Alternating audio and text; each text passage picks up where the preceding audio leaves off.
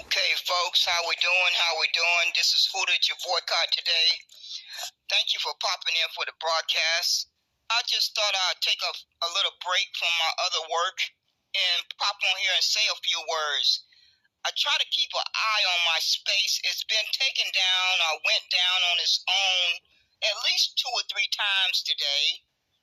I don't know if someone is reporting the room, but I'm going to switch over to my pre-recordings when I turn in for the night. So you're not going to be able to report that. So whoever's out there reporting to Elon Musk to take down my broadcast that's being broadcast to YouTube, unfortunately, Instagram has canceled my account. I have tried to log in to my account for several days. They got some type of message on there saying that I was saying some words about people that was against the policies or something. But I don't know what I said on my video that was offensive to any people. Now, I could be mistaken, so I clicked a little button that said request a review. And when I clicked that little button that said request a review, I thought it was going to take me to another page, but it's just stuck on that page. And so every time I try to log on to my Instagram account on my computer or my phone, I'm stuck on that page. So I believe I don't have an Instagram account anymore. I think that's only the second platform that I have been canceled on. So the first one was Tumblr. And I really don't know what I did wrong over there either. Because see, I can confess that I have not read those policies word for word. So I could be guilty. I'm not denying it. I'm not denying that I could be guilty, because I certainly have not clicked on the policy guidelines and read it word for word. And so I'm not going to sit up here and play innocent, because that would be a lie. That would be an outright lie, and I do my absolute best not to tell a lie. But don't look like I'm going to be making any more posts on Instagram unless they give me my account back, I guess. But I really don't give a darn, because I'm building websites, and eventually I'm going to revisit.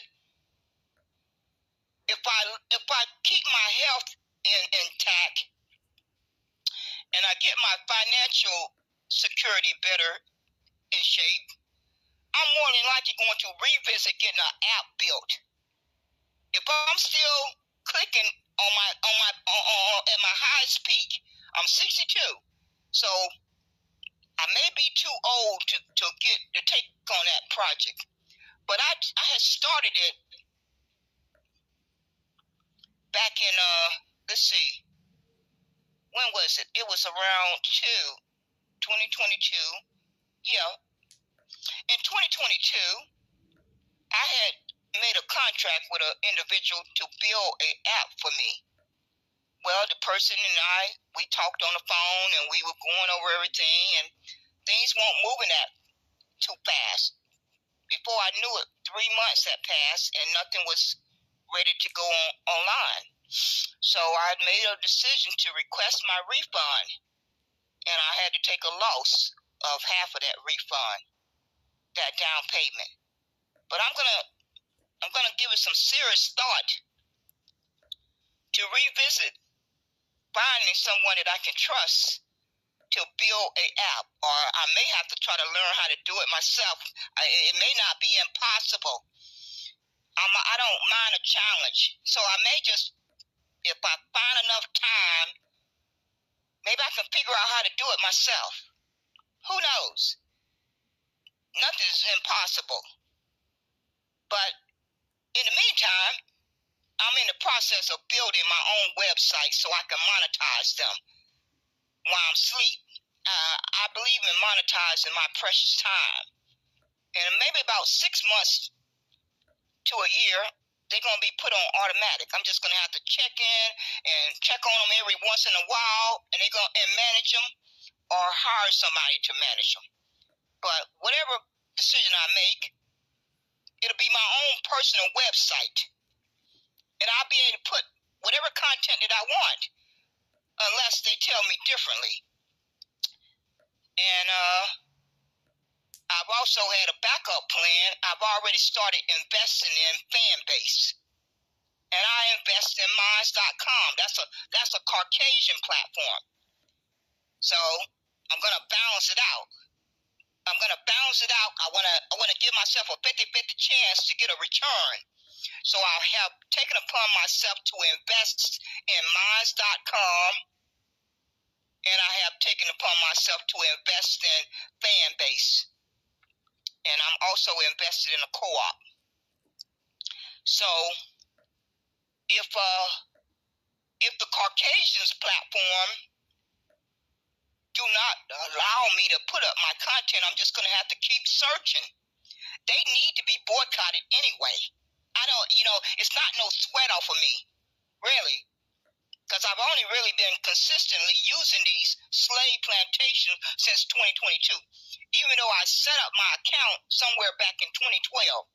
But on a consistent basis, I've really only been using them a little over 2 years, so I'm not gonna lose any sleep if I can't post any content on their platform, because they have not paid me a dime. They have not paid me a penny.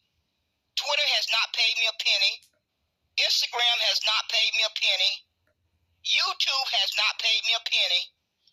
Facebook has not paid me a penny. Clubhouse has not paid me a penny. TikTok has not paid me a penny. I don't think they're gonna get around to paying me a penny. Who else? LinkedIn has not paid me a penny. The only platforms that have paid me a penny is Monetize.com and Fanbase. Are you connecting the dots quite yet? Those are the two that I have invested in, because those are the only two since I have been using social media that has paid me a penny. I deserve more than a penny.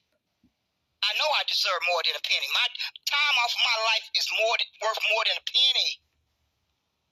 But those are the only two platforms that has ever deposited any money in my bank account. They are the only two.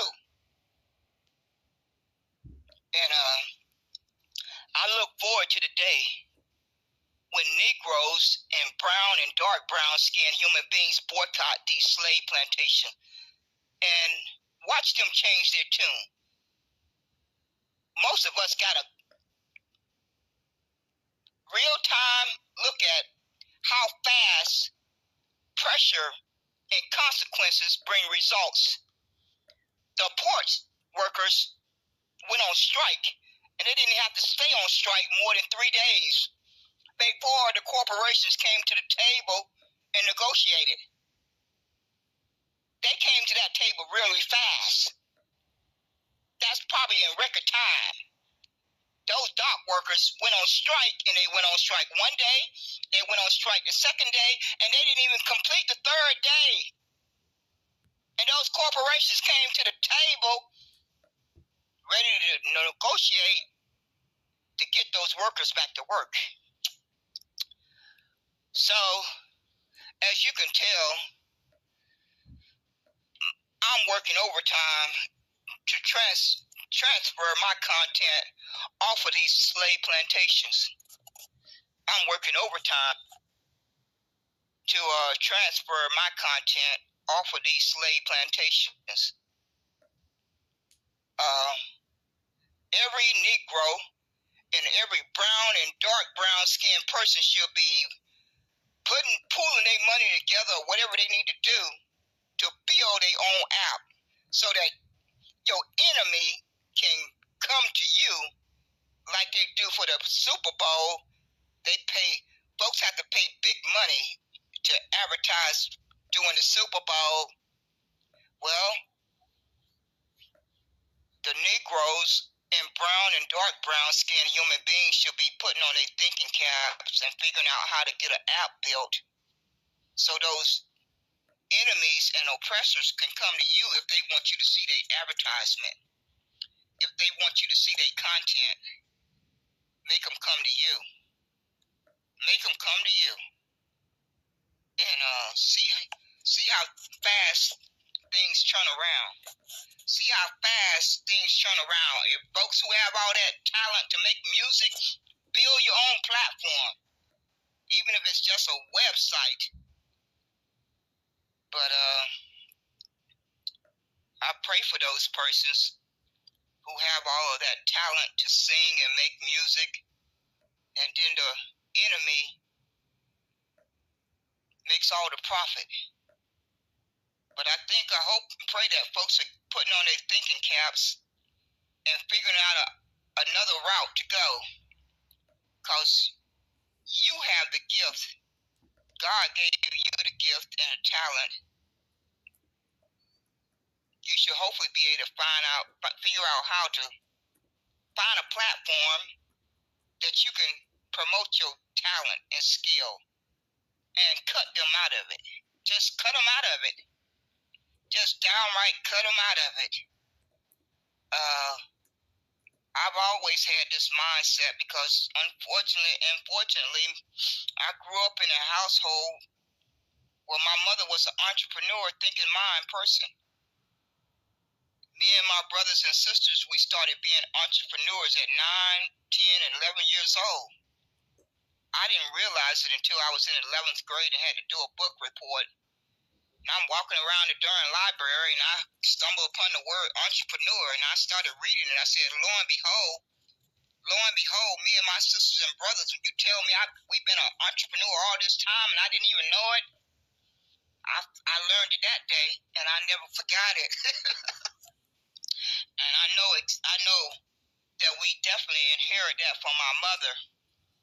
And now that I have done my genealogy tree, it's in the bloodline. It's in it's in the bloodline.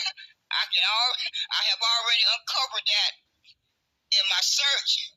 We definitely came by it honestly. We definitely had it passed down in the DNA. Thank the Lord for that. Thank the Lord for that.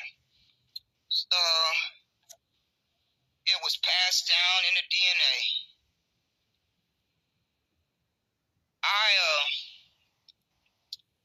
My brain just works a certain way, and I've been lucky.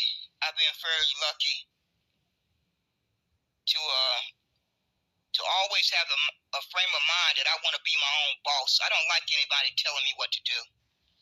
I think I get that from my mother. My mother told me that growing up.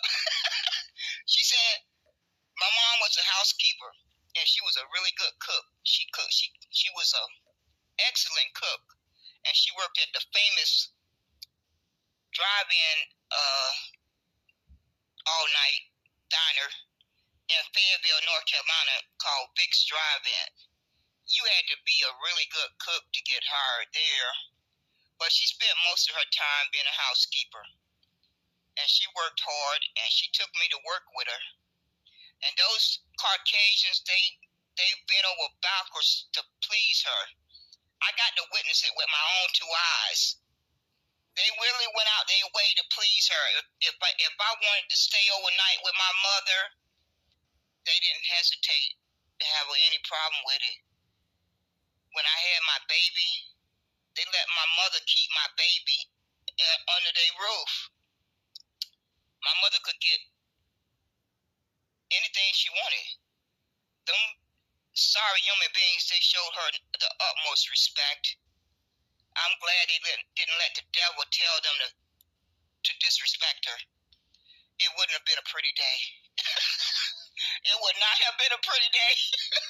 I'm here to tell you, it would have been a miserable day for them. It would have been the worst day of their life if they would have let the devil tell them to either talk sideways to her. It would have really been a pitiful day. I can tell you that because I grew up with my mother, and Maddie Johnson did not play. She did not play with you. I thought I was growing up in a prison when I was growing up. My mother was really tough. I really used to joke about it and think, I said, I must be growing up in a prison. But now that I understand that that's something that I shouldn't have been joking about, because prison life is really rough. But at the time when you're adolescent, you don't understand that. So in my little head, I thought I was growing up in a prison. But my mother showed a lot of love. She taught us so much. But she was tough. She was really tough. But she gave us so much love. And she made so many sacrifices. So I get that from her. I remember her telling me that she couldn't stand anyone telling her what to do. So me and my mom had a conversation about it many times, and she said, well, the way that you can get around it, Aquilin, is to think 4 or 5 steps ahead of what you avoid having someone tell you what to do.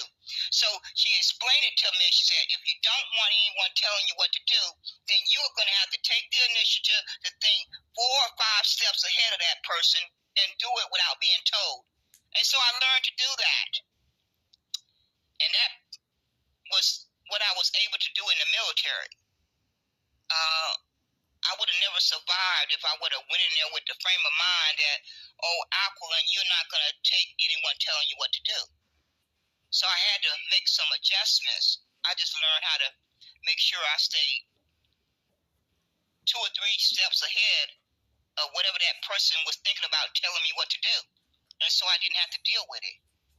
And also, by the blessing of the good Lord, I was put in a leadership position 18 months after joining the military. So I didn't even have to I wasn't even in there that long before I was put in a leadership position. So I didn't have to deal with anyone telling me what to do too much, except for those over me. And if I figured out what needed to be done without them telling me what to do, then they never had to tell me what to do. And seeing as how I made sure that I stayed 2 or 3 steps ahead of them, they never had to really say much to me, because I took my own initiative to do what needed to be done. I didn't have to wait for somebody to tell me. I knew how to take the own individual initiative to get it done. So I survived the military. By the grace of God, I survived it. I'm still kind of surprised myself, though. I really am. I'm still kind of surprised. I ain't gonna lie about it. When I look back on it, I'm still surprised. But I came from good stock. I came from a good mother and a good foundation. So that's how I made it. I have no doubt about it. I would have never survived the military if I did not have the mother that I had and the foundation that she gave me and the community that I grew up in. It was all 3 of those factors, those major factors of my environment, that paved the way for me to go into the military and achieve the goal that I had set to retire. I made that decision at 17 years old. I hadn't even started the 12th grade before my mother signed for me to go into the military. But she let me make the decision. She didn't make the decision for me. She allowed me to make my own decision. But I was 17 and I couldn't sign the dotted line because I wasn't 18 yet. So I thank her for signing that for me. I appreciate it every single day of my life, that she cared enough and trusted enough that I was responsible enough to go into the military and make it a career. So I'm going to sit up here and preach about Negroes and brown and dark brown skinned human beings boycotting the enemy, because that's my signature name. Who did you boycott today? That's the signature name that I came up with when I decided to start using these social media platforms on a regular basis. Because initially when I started using social media, I was into sports. I was only focusing on sports. And so I started out with Yo Sports Card, because I loved sports. But later on, when I came back to social media, years later, I realized I needed to come up with another signature name. So it came to me one day out of the blue. I was sitting there scratching my head and said, what is the signature name that I want to use? And I came up with, who did you boycott today? Because I learned that from my mother. She was a big advocate of whenever she went shopping, she wanted her commission to go to a brown or dark brown skinned person. So every time we went into J.C. Penney's and Sears and Kimball's, she would always say, go find me a brown or dark brown skinned person because they are the person going to get my commission. She made sure she went out her way to make sure that her money went in the pockets of a brown skin and a dark brown skin. So my mother was already grooming me at a very young age, and I didn't even know it. I still just have those memories of every single time that I was with her when she was shopping. She was not going to let no Caucasian or no other ethnicity wait on her. She was not going to have it. And so she set that example for me at a very young age, and it left a lifelong impression on me. And so I give credit to her for why I'm so passionate about boycotting. All the credit goes to her because she drilled that into my head at a very young age. And it's a very powerful thing. It's nothing more powerful than boycotting. Folks run around here and, let me stop myself. I got to address my title. The person's name in my title is there because me and that person met on Twitterland. And when I first met that person, they were standing on Negro. That's all that came out of their mouth was Negro. I spent months and months and hours, over 6 and 12 and 18 hours in the same space with this human being name that you see in my title. So the Negro and I spent many, many months and hours in the same Negro space of the farmer. And that man stood on Negro. But now, as folks reinvent themselves and go off into la-la land, they come up with new terms. So the Negro have been popping on stages in the past months. He will pop on a stage because I don't go in spaces that much anymore. Unless I go in, I pop in anonymous. But whenever the Negro see me on a stage, he makes sure that he raise his hand and come up on stage and give his little spiel. I have never responded to him each of the times that he did it, but I made note of it. It didn't fly over my head. I took note of it because he always did it repetitively. When you do a pattern, you're going to give yourself away. So the Negro gave himself away when he popped up on that stage every time he saw me on a stage, because I rarely go in rooms now. I rarely go and pop into Twitter spaces. So he made a conscious effort. That man made a conscious effort to raise his hand and come up on stage so he could give his little spiel. Black American Negro freedmen. There's no such thing as Black American Negro freedmen. It's a made-up word. It's a made-up word, and it sounds good for your own personal satisfaction, but it don't carry any weight, and it don't carry any precedence, and it's not recognized in America. So it's only for self-gratification. But the Negro was trying to get a response out of me. I didn't choose to give him a response on the spot. But the other day, I decided I was going to finally give him the response that he wanted and put his name in my title. Because that man been asking for a response from me, so I'm giving him one. And for all you folks who rub elbows with him, run back and tell him I don't give a darn. I'm sure he may have seen his name in my title in the Twitterland hallway. I don't give a darn. But my common sense tells me that he's been asking for a response from me And so I'm giving him one. I finally stopped in my tracks to give him a response that he been asking for.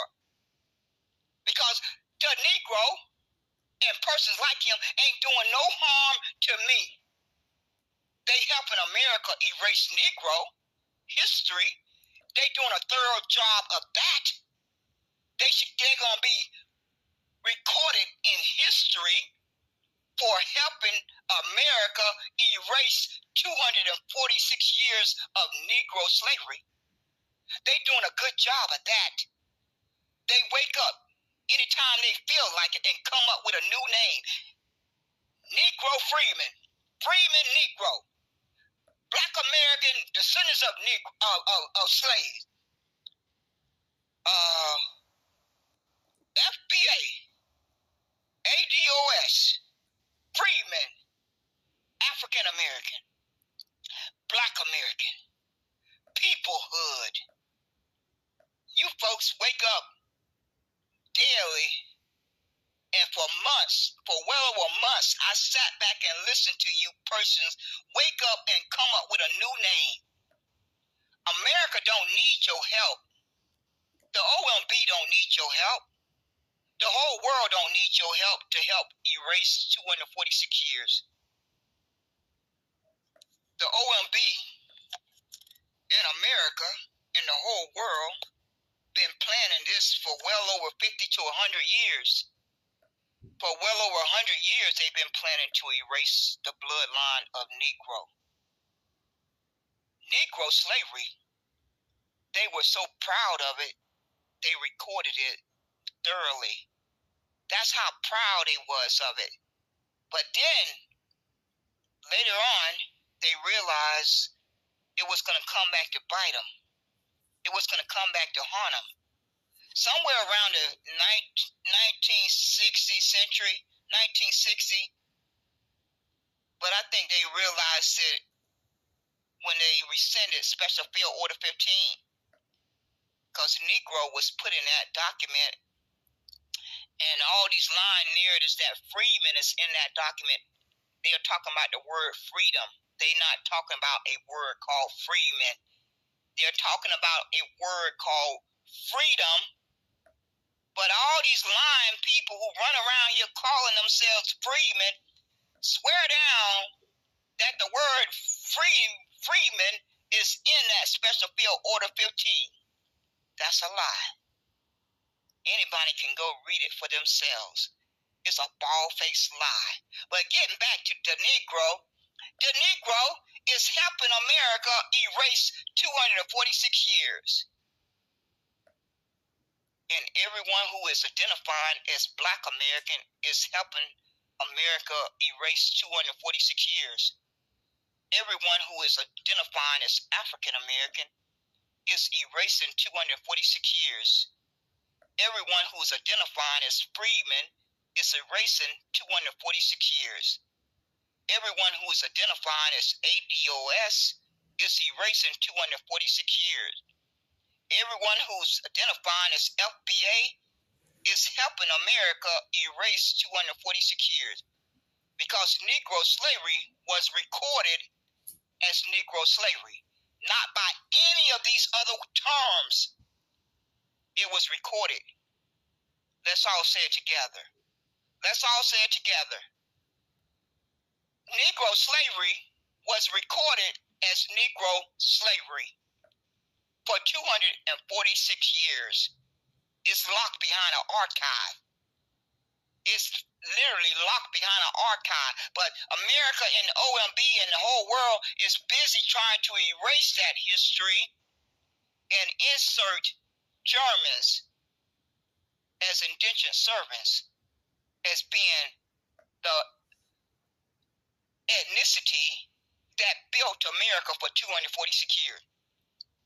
They are busy trying to insert the Irish into that 246 years. They are busy trying to insert the Latinos and Mexicans in that 246 years. They are busy trying to insert the Asians. And now we have the Pan-Africans jumping on board, claiming they were here. I want to see some paperwork. I simply want to see some paperwork. I simply need to see some paperwork, because all you lying people won't claiming that you were here during that 246 years until the subject came up about America paying that debt to the Negro ancestors. And I have stopped using the word reparations and changed over to restitution, because I've been catching a very little bit about what Gerald Sanders is talking about. And the lady seems to have a good head on her shoulder compared to all the different brain dead human beings I've been listening to for over 2 years. It's a breath of fresh air. It's a breath of fresh air to listen to Gerald Sanders' perspective, I must tell you, because from my vantage point, one thing you learn in the military, because you go through a lot of training, you have to make an evaluation between the different human beings that stand before you to teach you training. And there are some that come that you can evaluate that really know what they're talking about. And then there's others that don't know a lick about what they're talking about. And so you got to make on-the-spot decision of who you're going to be able to learn from and who you're not going to be able to learn from. That's one thing they drill in your head. So it's quite easy for me to make an evaluation of when I'm listening to a brain-dead human being and somebody who have their head on straight and are speaking truth. It's you get some folks who really know how to really know how to talk, really know how to fast talk, like Chicago Red. She's a fast talker. I grew up with a fast talker sister. My mother was a fast talker. Everybody, they said that they will always say that the Johnsons were fast talking. I don't talk as fast as most of my brothers and sisters did, but they tell me I do. But I don't think I do. I do when I get mad. When I get mad and upset, I talk fast. But my mother was a fast talker, and my sister took after my mother, and she could talk fast. And when I listen to Chicago Red, she's a good. She has sharpened her skill of a fast talker. Whenever she's in spaces and folks ask her questions, she go into one of her spills and just go at it. By the time she finished the main question that was answered, she has danced around it. She has completely danced around it, the same way my sister used to do, because she was a notorious liar. My sister was a very, very notorious liar. And so, as I started to say, it's a breath of fresh air. It's a breath of fresh air. A breath of fresh air to listen to Gerald Sanders and the work that she's doing to demand restitution for the Negro ancestors. But getting back to you, sorry human beings who are running around here telling folks that all of these terms mean the same thing. It's no bigger lie than that. Then it's gonna be hard for you. It's gonna be hard for you to find a bigger lie than that. All of these terms don't mean the same thing. All of these terms don't mean the same thing. Black American, African American, freeman, ADOS, and FBA do not mean the same thing. They mean nothing. You don't have a birthright. Every time you say those words out your mouth, you are accepting that America is refusing to recognize your birthright.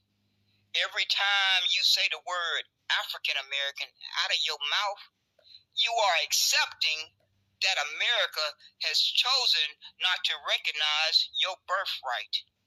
Every time you say the word freeman, you are telling the world that you don't have a birthright, because freemen let me stop for a few minutes to talk about freedmen. Based on my own personal research and Dr. Claude Anderson and other